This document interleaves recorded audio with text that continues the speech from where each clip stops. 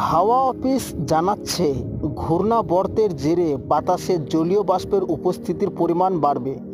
তবে এই আবহে বাংলা থেকে শীত একেবারে কিন্তু উধাও হবে না, তবে ঠান্ডা কিছুটা কমবে।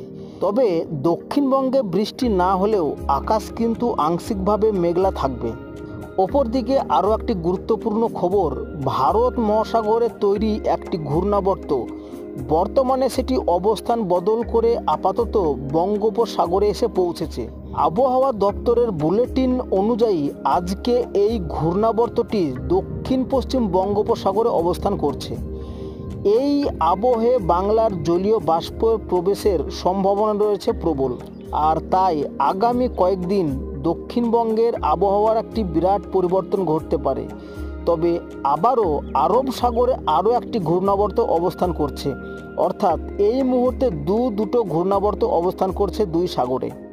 তবে আগামী 27শে ডিসেম্বর পর্যন্ত দক্ষিণবঙ্গের কোনো জেলাতেই কোনো রকম বৃষ্টিপাতের সম্ভাবনা নেই। তবে আকাশ কিন্তু আংশিকভাবে মেঘলা থাকতে পারে এবং জেলায় জেলায় বেশ কিছুটা শীতের আমেজ কিন্তু ব্যাঘাত ঘটতে পারে।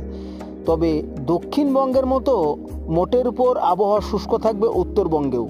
আলিপুর আবহাওয়া দপ্তরের স্পেশাল বুলেটিন অনুযায়ী উত্তরবঙ্গের কোনো জেলাতেই কোনো রকম বৃষ্টির সম্ভাবনা নেই। তবে আজকে থেকে উত্তরের দার্জিলিংয়ে বৃষ্টি বা তুষারপাতের সম্ভাবনা রয়েছে সামান্য।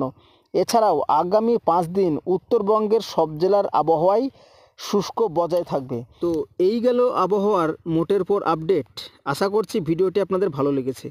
ভালো লাগলে যারা ইউটিউব থেকে দেখছেন তারা অবশ্যই চ্যানেলটিকে সাবস্ক্রাইব করে নেবেন, আর যারা ফেসবুক পেজ থেকে দেখছেন তারা অবশ্যই পেজটিকে ফলো করে নেবেন।